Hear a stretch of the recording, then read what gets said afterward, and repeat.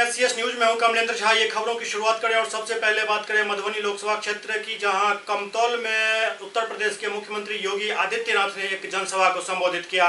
मधुबनी लोकसभा क्षेत्र के कमतौल में हाई स्कूल के प्रांगण में उत्तर प्रदेश के मुख्यमंत्री योगी आदित्यनाथ ने एक जनसभा को संबोधित किया। अपने संबोधन के दौरान योगी आदित्यनाथ ने केंद्र सरकार की उपलब्धियों का पूरा बखान किया। इस मौके पर मधुबनी के निवर्तमान सांसद हुकुमदेव नारायण यादव, पूर्व विधायक हरिभूषण ठाकुर बचौल, पूर्व एमएलसी विनोद चौधरी, मिथिला मैथिली के प्रणेता बैद्यनाथ चौधरी बैजू, भाजपा उम्मीदवार अशोक यादव के साथ साथ भारी संख्या में दर्शक मौजूद थे।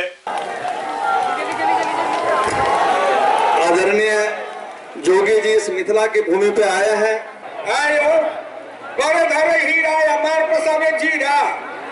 घर में बोरा दा लबर लबर हेगा,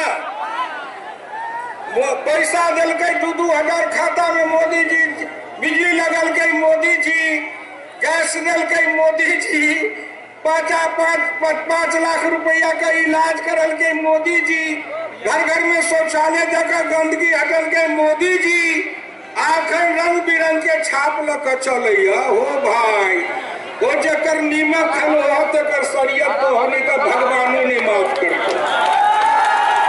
बस इतने हमर कहना है कि जब मोदी जी एते कल को आ सब कुछ एते दियल को, तो हमर की है गरीब भाई जते छी तिनका से प्रार्थना है। बस आई नौजवान सब जे छी तिनका से प्रार्थना है। वही समय हम जवान रही 38 बरस में मट्टी पर से कम्युनिस्ट कांग्रेस के परास्त कर भगेलो। कांग्रेस हार गेल, कम्युनिस्ट हार गेल, लालटेनो वाला भाग गेल। जब सब भाग गेल तो एक गो प्रार्थना के खत्म करा, जिधर जवानी चलती है उधर जमाना चलता है, तलवार की धारों पर चलकर इतिहास नया तब बनता है। नौजवान सबसे हमारी प्रार्थना है, पाकिस्तान के घर में घुसकर मोदी जी मार रहा था आतंकवादी के, अतयो हमर जवानी के खून नहीं तोलन, अब भी खून नहीं तोला तो खून नहीं वो पानी है, धिक्कार तेरी जवानी है। तार द्वारे हमर विनम्र प्रार्थना है, आओ माटी पर योगी राज आदित्यनाथ जी के मिथिलांचल के पवित्र माटी पर अभिनंदन करे छी।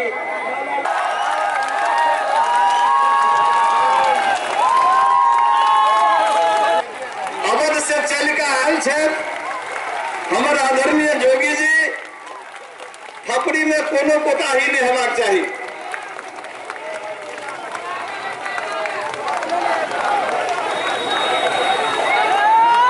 वंदे वंदे वंदे भारत माता की।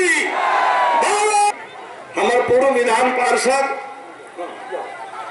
विनोद चौधरी जी के सम्मानित कर रहा छथि। अहाँ सब कनी थपड़ी बजाओ जोर से। भारत माता की। मुट्ठी मुइन का बोलू, ई तक गेल, अब हाथ तक गेल। चाहिए नहीं बिहार में मुट्ठी मुइन का बाजू।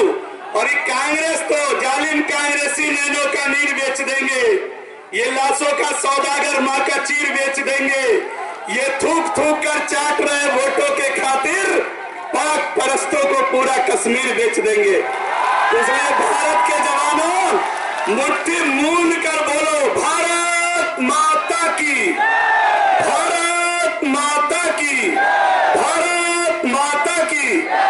हम आज आह्लादित हैं मिथिलांचल की पावन धरती पर अवध नगरी से चलकर आए हुए हम तो भगवान श्री राम के स्वरूप में आज आदरणीय बाबा योगी आदित्यनाथ जी को देख रहे हैं कि आप सीता मैया की इस धरती पर, अहिल्या मैया की इस धरती पर आपका आगमन हुआ है।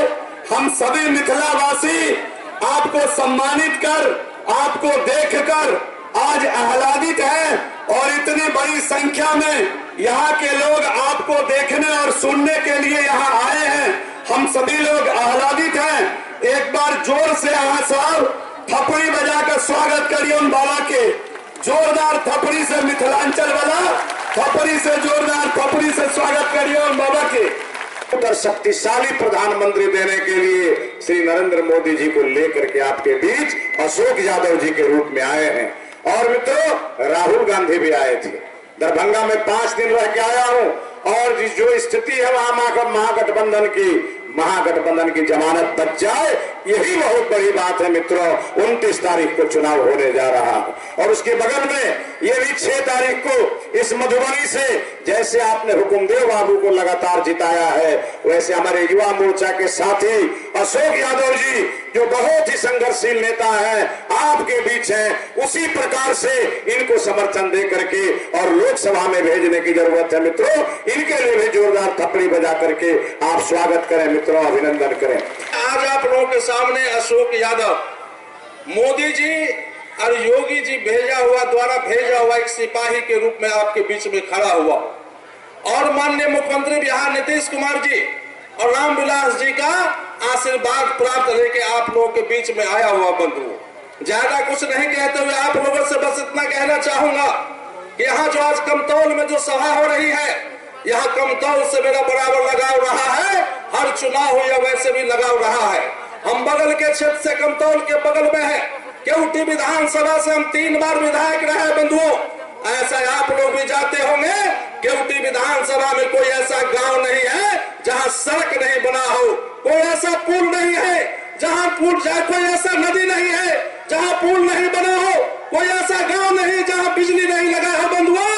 मैं आप लोगों से आग्रह निवेदन करने आया हूं कि आप लोग मुझे आशीर्वाद दीजिए, आप लोगों के लिए भी विकास करेंगे। मधुबनी में जो बचा हुआ विकास है वह विकास तो करेंगे ही, और आप लोगों के वादा करना चाहता है कि अगर आप लोगों ने आशीर्वाद दिया तो आप लोगों के बीच में हम नेता बन के नहीं रहेंगे, आपके बीच में भाई और बेटा और सेवक बन के हम रहेंगे बंधुओं, हम सेवक बन के रहेंगे। कला, साहित्य व ज्ञान के ई पावन नगरी के नमन करी छे।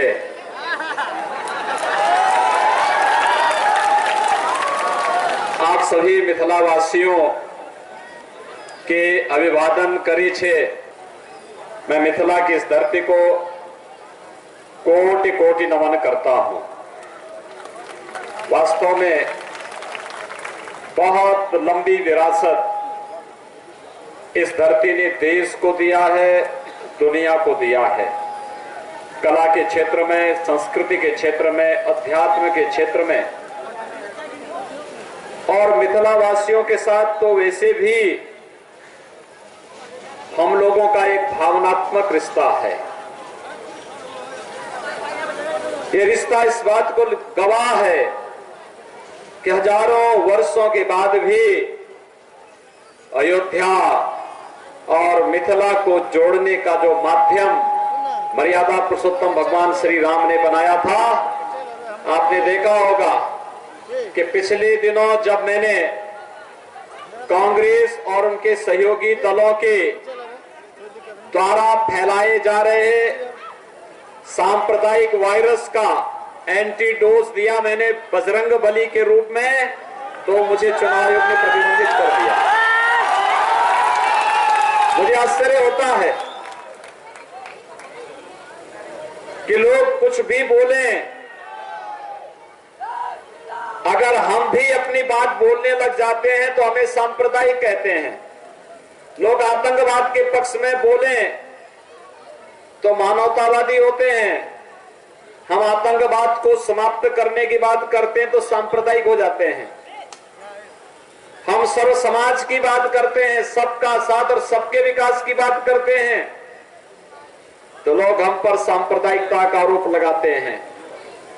लेकिन सामाजिक ताने बाने को छिन्न भिन्न करने वाले जो लोग हैं, वे लोग जाति, क्षेत्र, भाषा, मत और मजहब के आधार पर समाज को छिन्न भिन्न करने की कुत्सित चेष्टा करते हैं।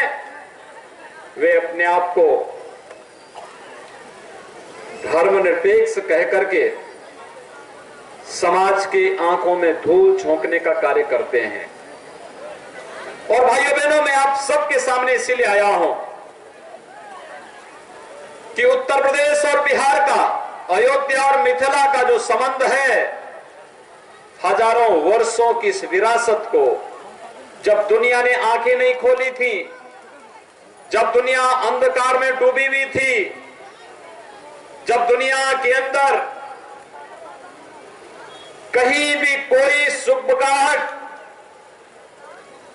मनुष्य क्या किसी के प्रति नहीं था, तब ये धरती मानवता के कल्याण के मार्ग पर चल करके अनेक ऋषियों की परंपरा को, गौतम ऋषि हो, याज्ञवल्क्य की पवित्र भूमि हो, अहिल्या के उद्धार की भूमि हो, या फिर यह संस्कृत के महान विद्वानों की परंपरा से जुड़ी हुई भूमि, और आधुनिक भारत में भी देश की संसद को अपनी वाक शक्ति से सुशोभित करने वाले आपके यशस्वी सांसद के रूप में हुकुम देव नारायण यादव की कर्म भूमि हो।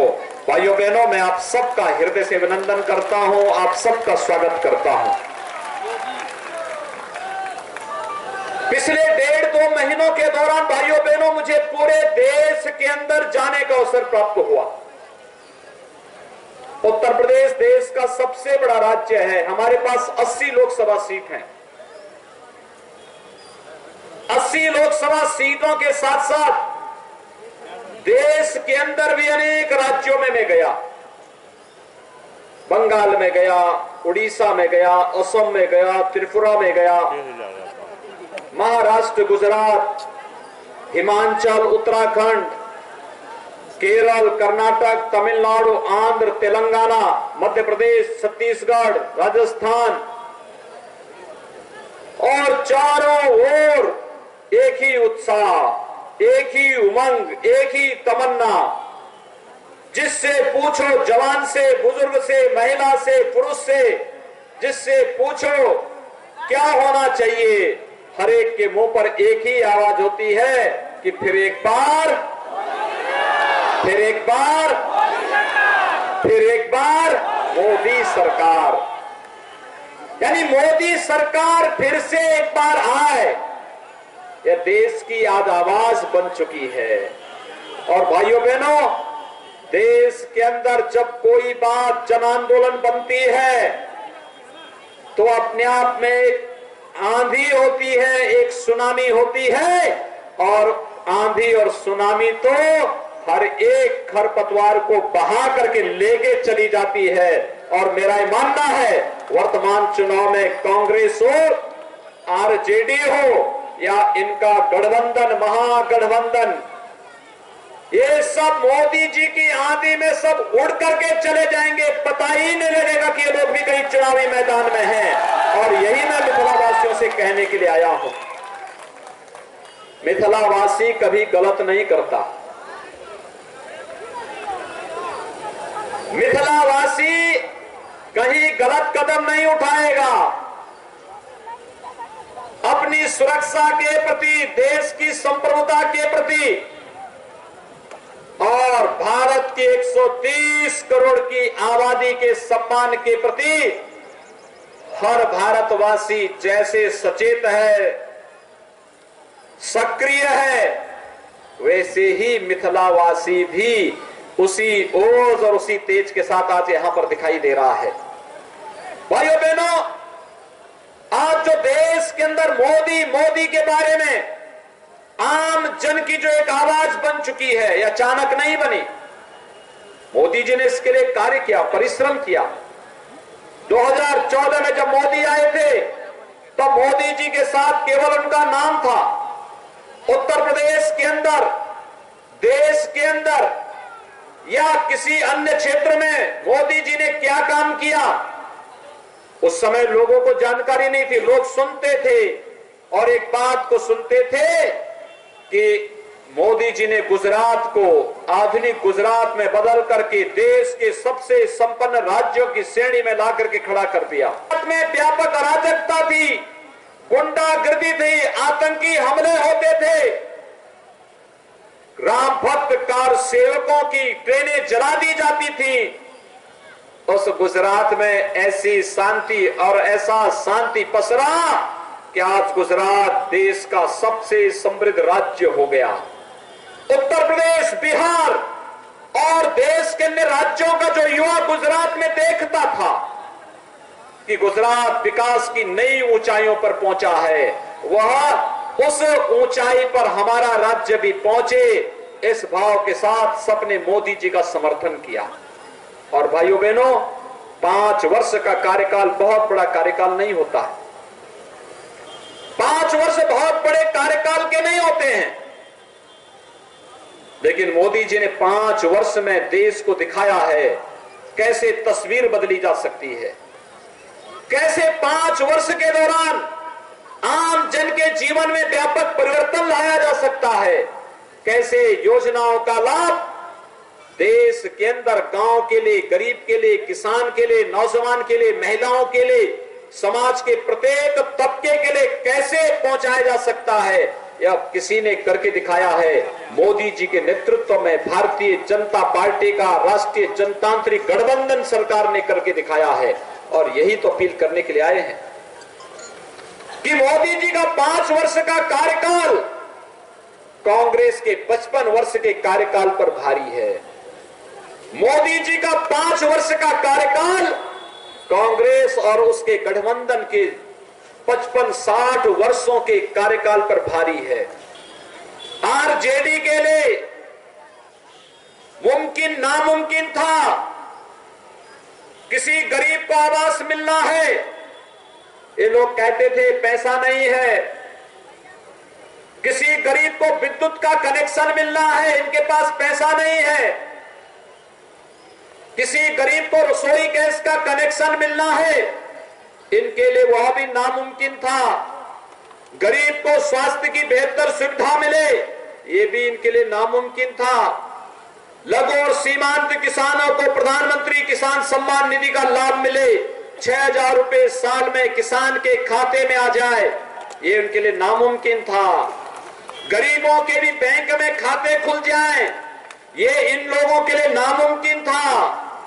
लेकिन हर गरीब को बेहतर स्वास्थ्य सुविधा मिले, 5 लाख रुपए की स्वास्थ्य सुविधा का लाभ 1 वर्ष में एक गरीब परिवार को मिल जाए, जो कार्य कांग्रेस के लिए और अन्य दलों के लिए नामुमकिन था, वह कार्य मोदी ने मुमकिन कर दिया। नामुमकिन अब मुमकिन है, क्योंकि मोदी है तो मुमकिन है। हर गरीब के पास, जिसके पास मकान नहीं होगा, उसके पास अपना मकान होगा। सरकार उसको मकान बनाने के लिए पैसा देगी। 5 वर्ष में 4 करोड़ गरीबों को विद्युत के निःशुल्क कनेक्शन, 7 करोड़ गरीब महिलाओं को रसोई गैस के निःशुल्क कनेक्शन, 9.5 करोड़ गरीबों को एक शौचालय, 12.5 करोड़ लघु और सीमांत किसानों को 6,000 रुपए सालाना देने की व्यवस्था।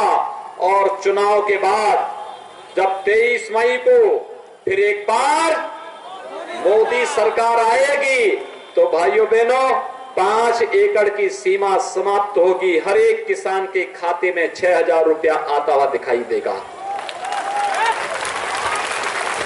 तब भेदभाव नहीं, सबको मिलेगा। और 60 वर्ष के बाद लघु और सीमांत किसान को पेंशन भी मिलेगी, छोटे व्यापारियों को भी पेंशन मिलेगी। यह कार्य कोई करने जा रहा है कि कौन करने जा रहा है? मोदी जी की सरकार। 15 करोड़ नौजवानों को प्रधानमंत्री मुद्रा योजना, स्टैंड अप की योजना, स्टार्टअप की योजना में आर्थिक स्वावलंबन की ओर अग्रसर करने का कार्य। और 37 करोड़ गरीबों के बैंक में खाते खोल करके, आप सोचिए अगर गरीबों के खाते नहीं खुले होते, किसानों के खाते नहीं खुले होते, क्या मोदी जी दिल्ली से उनके खाते में पैसा भेज पाते? प्रधानमंत्री किसान सम्मान निधि का पैसा बहुत सारे किसानों के खाते में आ गया होगा। थोड़ा हाथ खड़ा करिए, किन किन के हाथ तो देखिए, बहुत सारे किसानों के खाते में पैसा आया है। और जो लोग बचे हैं, विश्वास करिए 23 मई के बाद उनके खाते में भी पैसा आएगा। साल में 6,000 रुपए, 2-2 हजार की 3 किस्त साल में उनके खाते में स्वयं आएगी। ये पैसा आपके खाते में इसलिए आ रहा है क्योंकि मोदी जी ने आप गरीब का खाता खुलवा दिया बैंक में। पहले क्या होता था? स्वर्गीय राजीव गांधी जी क्या कहते थे? 100 रुपया भेजता हूं, गरीब के पास 10 ही रुपया पहुंचता है। ये 90 रुपया कहां जाता था? कांग्रेस के दलाल सब खा जाते थे, गरीब को मिलता ही नहीं था, पैसा सब दलाल खा जाते थे। और मोदी जी ने कहा अगर 6,000 रुपया भेजूंगा तो 6,000 रुपया सीधे गरीब के खाते में जाएगा, कोई बीच में दलाली नहीं होने दी जाएगी। यही अंतर है। कांग्रेस के समय में दलाल हावी थे, मोदी जी की सरकार के समय गरीब हावी है। गरीब का हक कोई मार नहीं सकता है। भाइयों बहनों, 50 करोड़ गरीबों को आयुष्मान भारत में 5 लाख रुपए की स्वास्थ्य बीमा की गारंटी देना। बिहार के लोग आते हैं उत्तर प्रदेश में, बहुत सारे गरीब परिवार आते हैं, और आज जब अपना आयुष्मान भारत का कार्ड दिखाते हैं या प्रधानमंत्री मोदी जी का पत्र दिखाते हैं तो उनका फ्री में उपचार हो जाता है। ये है, ये कार्य कांग्रेस भी कर सकती थी, लालू जी की पार्टी भी कर सकती थी, लेकिन नहीं किया। कांग्रेस हो या फिर अन्य दल, इन लोगों को जनता से सहानुभूति नहीं, इनकी सहानुभूति तो आतंकवादियों से है। आपने देखा होगा कांग्रेस का घोषणा पत्र उठा करके थोड़ा देखिए। कांग्रेस का घोषणा पत्र कहता है कि अगर सत्ता में आएंगे तो देशद्रोह की धारा समाप्त करेंगे। कांग्रेस कहती है सत्ता में आएंगे तो भारत का बहादुर जवान जो कश्मीर के अंदर और पूर्वोत्तर के भारत के अंदर आतंकवादियों से जूझ रहा है, देश के दुश्मनों से जूझ रहा है, कांग्रेस कहती है कि सैनिकों के अधिकार समाप्त कर देंगे, यानी आतंकवादियों को अधिकार दे देंगे। क्या आपको ये स्वीकार्य है? सेना मजबूत होनी चाहिए या कमजोर होनी चाहिए? देश की सेना मजबूत होगी तो ही तो हमारी सुरक्षा होगी। और इसलिए भाइयों बहनों, एक तरफ भारतीय जनता पार्टी गठबंधन है जो सेना को मजबूत करना चाहती है, और दूसरी तरफ कांग्रेस और उसके सहयोगी दल हैं जो सेना को कमजोर करना चाहते हैं। हम आतंकवाद को समाप्त करना चाहते हैं, ये लोग आतंकवाद को बढ़ाना चाहते हैं। हम गरीबों के लिए योजनाएं दे करके उनके जीवन में खुशहाली लाना चाहते हैं, गरीब को मकान देना चाहते हैं, हम गरीब को रसोई गैस का कनेक्शन देते हैं, हम गरीब को राशन कार्ड देते हैं, हम लोग गरीब को शासन की सारी सुविधाएं देकर के मुफ्त में उपचार की व्यवस्था भी देते हैं। ये लोग गरीब को गरीब ही बने रहने देना चाहते हैं, क्योंकि गरीब अगर गरीब रहेगा तो ही कांग्रेस और आरजेडी आपको तभी तो भुना पाएगी। यही तो लोग करना चाहते हैं, और यही अंतर है। एक तरफ मोदी जी के नेतृत्व में इंफ्रास्ट्रक्चर डेवलपमेंट की बड़ी बड़ी कार्य, कहीं हाईवे बन रहा है, कहीं वाटरवे बन रहा है, कहीं रेलवे की लाइन बिछ रही है, कहीं मेट्रो की लाइन बिछ रही है, कहीं पर कोई दूसरा बड़ा कार्य हो रहा है, पॉलिटेक्निक बन रहा है, डिग्री कॉलेज बन रहा है, मेडिकल कॉलेज बन रहा है।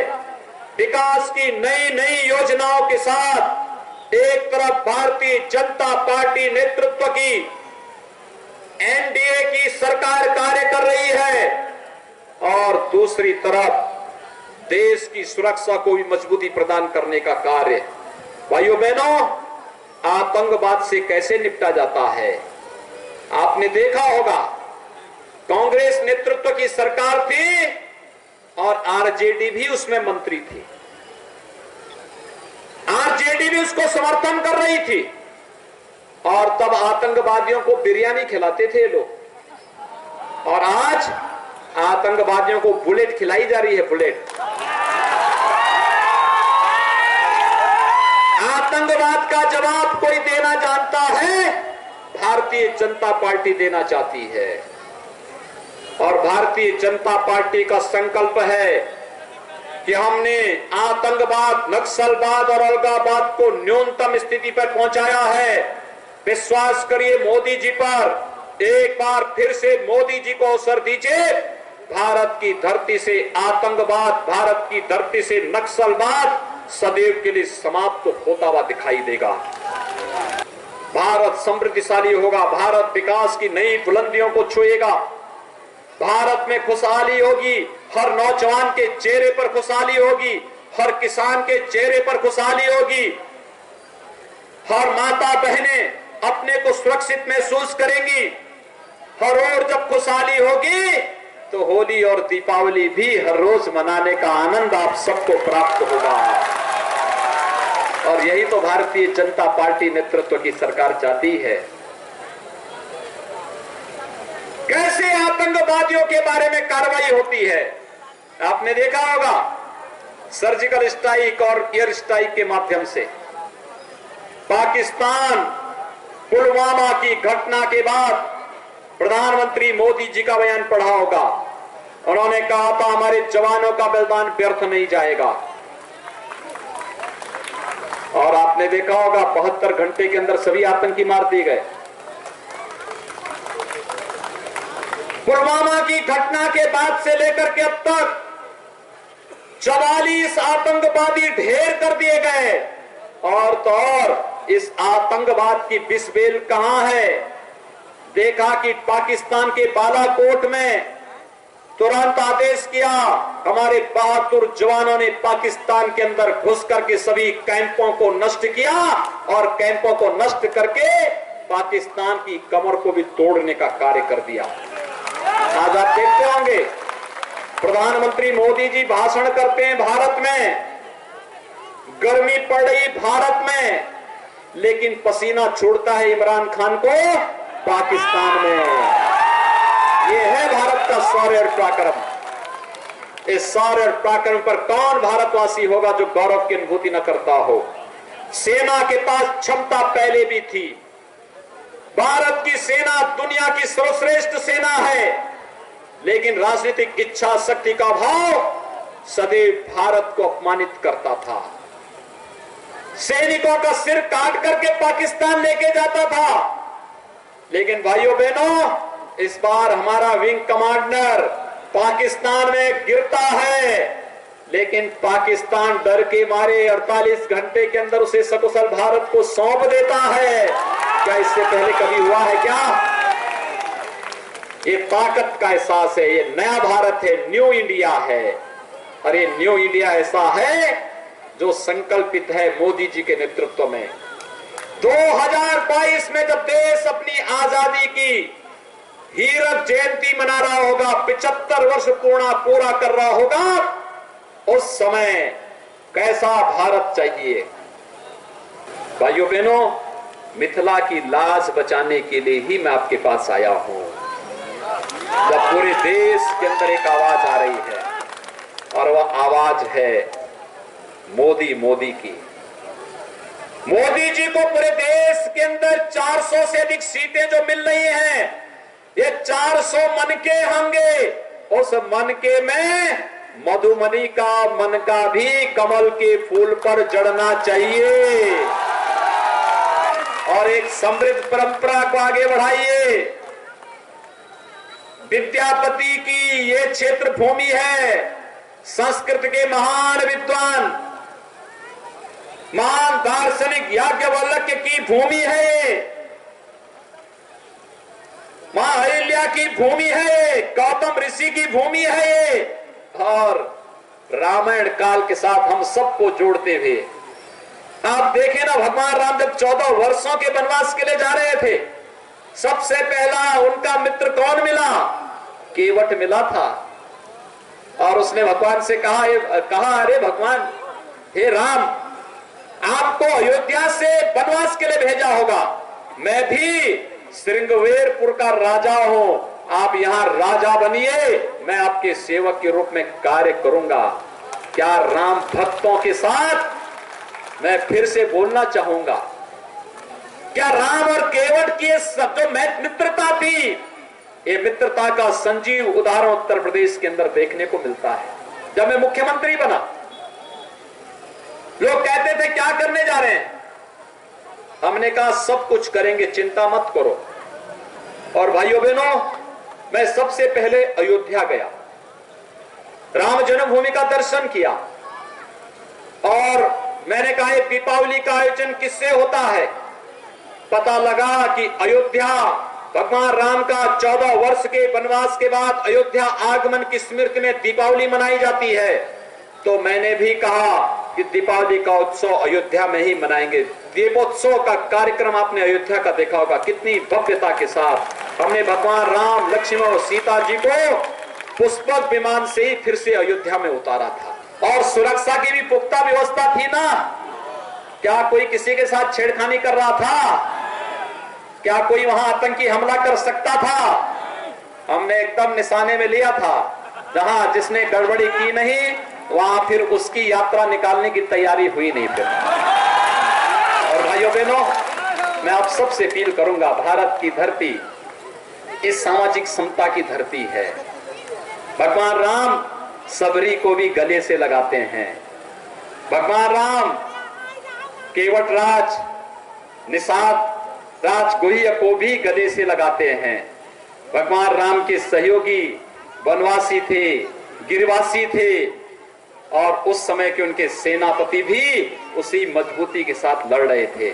और मैं यही अपील करूंगा, 1995 में अखिल भारतीय विद्यार्थी परिषद का एक सामान्य कार्यकर्ता अशोक यादव के रूप में भारतीय जनता पार्टी के साथ जुड़ता है। आप अनुमान करिए, एक लंबी यात्रा 1995 से लेकर के विगत 24 वर्षों से लगातार जिसने राष्ट्रवाद के इस अभियान के साथ जुड़ करके कार्य किया है। उनके बाबूजी बाद में आए, बेटा पहले आ गया था। बाबूजी तो पहले समाजवादी थे, लेकिन समाजवादी भी जयप्रकाश जी और लोहिया जी के साथ में थे। बहुत प्रखर राष्ट्रभक्त। समाज के जीवन में परिवर्तन लाने के लिए कोई विचारधारा गलत नहीं। जब विचारधारा किसी संकीर्णता के दायरे में कैद होती है तो वो खतरनाक होती है। लेकिन जब जयप्रकाश जी के साथ और लोहिया जी के साथ हमारे सम्मानीय हुकुमदेव नारायण जी ने संघर्ष किया था, आंदोलन किया था, कार्य किया था, वह सही मायने में समाजवादी आंदोलन था। लेकिन समाजवादी आंदोलन को भटका दिया इन लोगों ने। जो लोग आज समाजवाद के नाम पर जातिवाद का नंगा नाच कर रहे हैं, समाजवाद को परिवारवाद का पर्याय बना दिया है। जबकि डॉक्टर लोहिया और जयप्रकाश जी सदैव परिवारवाद का विरोध करते थे, वंशवाद का विरोध करते थे। सदैव उन्होंने इस बात को कहा कि ये नहीं होना चाहिए, जातीय संकीर्णता नहीं होनी चाहिए, समाज के बारे में एक सोच होनी चाहिए, विकास की सोच होनी चाहिए, देश के बारे में सोच होनी चाहिए। आतंकवाद का विरोध किया, कॉमन सिविल कोड का, समान नागरिक संहिता का समर्थन किया गया और इस देश के हित में जो होगा उसको आगे बढ़ाने का कार्य इन महापुरुषों ने किया। उन महापुरुषों की अग्रिम सेनापति में श्री हुकुमदेव नारायण यादव जी हैं। लंबे समय तक संघर्ष करते रहे और बाद में जब लगा कि भारत को अब नया भारत बनाने के लिए भारतीय जनता पार्टी आवश्यक है, तो भाइयों बहनों, भारतीय जनता पार्टी के साथ किस ऊंचाइयों तक उन्होंने इस आंदोलन को आगे बढ़ाया। किसानों के बारे में जब हुकुमदेव बाबू संसद में बोलते थे, पूरी संसद एक टक होकर के उन्हें एक नजर होकर के उनको सुनती थी। गरीबों के बारे में, किसानों के बारे में, नौजवानों के बारे में, भारत के विकास के बारे में उनके विचार संसद की लाइब्रेरी में, संसद की प्रॉपर्टी बन गई, एक नजीर बन गई। पूरी संसद एक टक होकर के उनको सुनती है और उस समृद्ध परंपरा को आगे बढ़ा रहे हैं। आज आपसे अशोक यादव को यहां पर लोकसभा के प्रत्याशी के रूप में भारतीय जनता पार्टी ने इसीलिए यहां पर रखा है। विकास, सुशासन और राष्ट्रवाद के गढ़ के रूप में फिर से हम मिथिला को ले चले।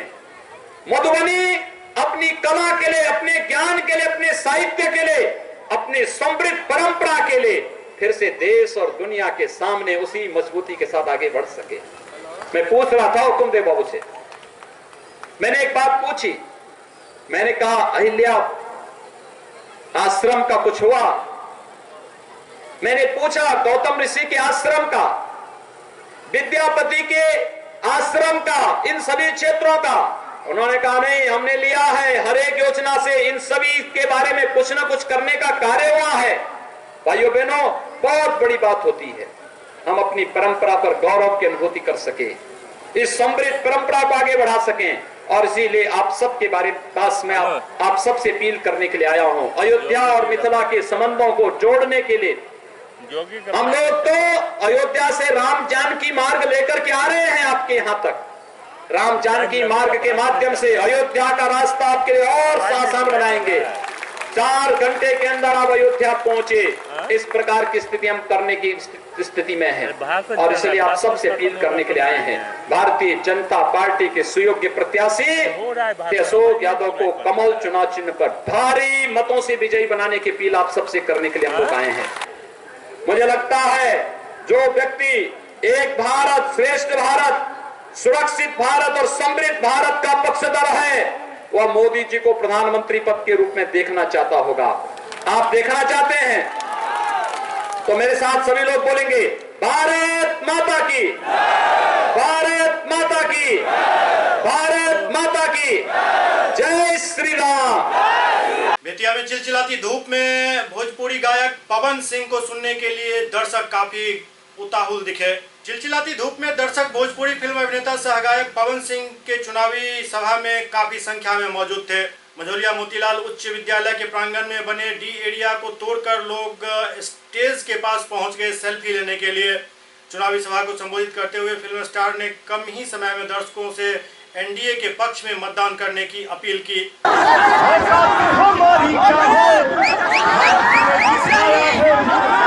दुश्मन के घर में फिर से जाके धमकाया है,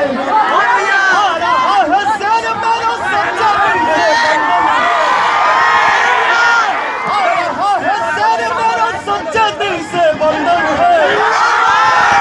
आगे आप लोग आएंगे,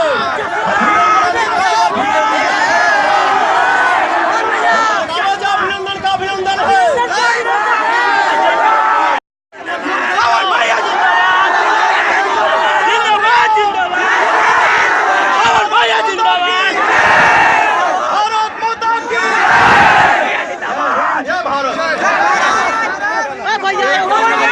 नरकटियागंज में डीलर की मनमानी के खिलाफ लोगों ने जमकर प्रदर्शन किया। नरकटियागंज के केहुनिया पंचायत के रोवारी गांव में दर्जनों की संख्या में ग्रामीणों ने डीलर संजय गुप्ता के राशन की दुकान पर घटतोली एवं कई महीनों से राशन न देने के खिलाफ जमकर प्रदर्शन किया।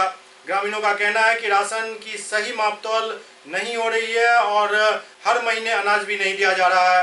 वहीं राशन विक्रेता ने ग्रामीणों के प्रदर्शन के बारे में पूछे जाने पर बताया जो आधा या 1 किलो में कमी हो सकती है, ये कोई बड़ी बात नहीं है। हाँ, अरे आधा किलो 1 किलो कम हो जाता होगा। 5 किलो का सवाल है, 6 किलो का सवाल है। जी नहीं, ये गलत बात दिक्कत है कि राशन मिल रहा है, राशन 6 किलो कम हो जा रहा है हर बेर। माटी के तेल भी कम हो रहा है। हम लोग बहुत गरीब आदमी है, रोवारी गांव के रहने वाले हैं। कौन है डीलर आपके? संजय। ना बताओ क्या कहता है लो डीलर लोग? दोनों डीलर को कि बंद हो गए बनाने में। कहाँ जगह है, कौन घर है ये जगह, गाँव? क्या बोलते हैं डीलर? डीलर बोल रहे कि राशन ना मिले, बंद हो गई।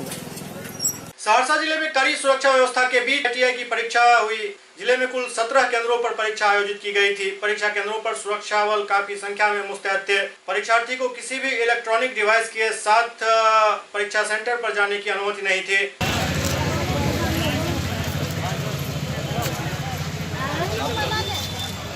आईटीआई का एंट्रेंस एग्जामिनेशन है, उसके लिए सभी केंद्र 17 केंद्र यहाँ हैं सहरसा में। सभी केंद्रों पर पर्याप्त सुरक्षा व्यवस्था की गई है। नरकटियागंज रेलवे स्टेशन पर तलाशी के दौरान 60 पीस विदेशी शराब बरामद की गई। मुजफ्फरपुर गोरखपुर रेलखंड के नरकटियागंज स्टेशन पर सर्च के दौरान डाउन जननायक एक्सप्रेस के बोगी से 60 पीस विदेशी शराब जब्त की गई। रेल पुलिस के थानाध्यक्ष इमरान आलम ने बताया कि रेल पुलिस के द्वारा चुनाव को लेकर सर्च अभियान के दौरान 180 ml के 8 PM का 60 बोतल जब्त किया गया। झिलिया में लग रहे कंपोस्टिंग पिट के बारे में उपसभापति गरिमा देवी शिकारिया ने लोगों को जानकारी दी। शहर के प्रबुद्ध घरों की महिलाओं को झिलिया में लग रहे कंपोस्टिंग पिट के बारे में सभापति गरिमा देवी शिकारिया ने जानकारी दी। साथ ही सभापति ने उनसे अपील किया जो सब लोगों को मिलकर घर से निकलने वाले कचरे को नाले में डालने वाली महिलाओं को जागरूक करना है ताकि जल जमाव से मुक्ति मिल सके। जल्द ही नगर परिषद डोर टू डोर कचरा उठाव करेगी। उस स्थिति में सभी गृहिणियों को अपने घर के सूखे एवं गीले कचरे को अलग अलग रखना होगा।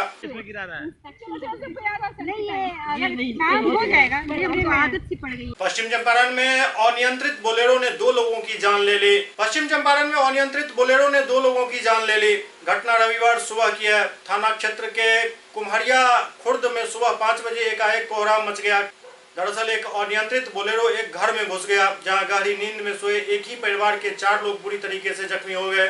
चारों को इलाज के लिए रामनगर पीएचसी लाया गया, जहां चिकित्सकों ने दशरथ राम को मृत घोषित कर दिया। वहीं उनकी बूढ़ी मां मेवाती देवी भी मौत की शिकार हो गई। घायलों में राजबली कुमार और ममता कुमारी का इलाज अभी चल रहा है। SCS न्यूज के इस अंक में अभी इतना ही। अगले अंक में फिर कुछ और समाचारों के साथ उपस्थित होंगे। तब तक आप देखते रहिए SCS न्यूज। नमस्कार।